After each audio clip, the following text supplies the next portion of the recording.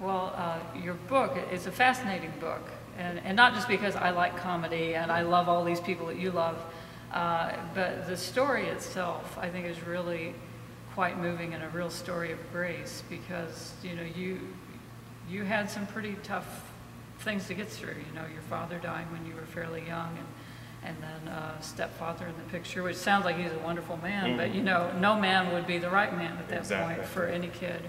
And what would you say the theme would be of this story?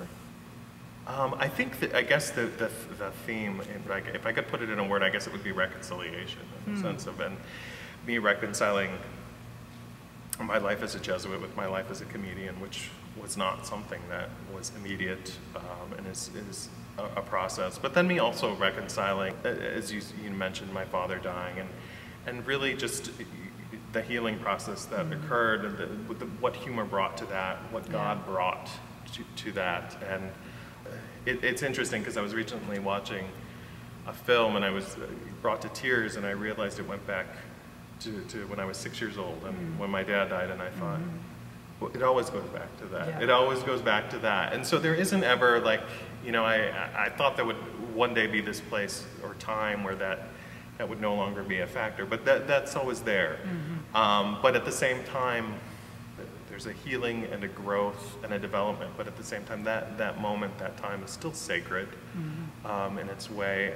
And it really, in a sense, I guess I feel like God allows that to still be, that wound to still be slightly open, because of all the life that it brings in other ways, whether that be through humor, through relationships with my mother, and then ultimately in the development of my relationship with my stepfather and other members of my family, and then onto comedy and onto Jesuits. I really feel like it's like this kind of, from that wound has grown all these different branches and wonderful things, really, out of a hurt that has become.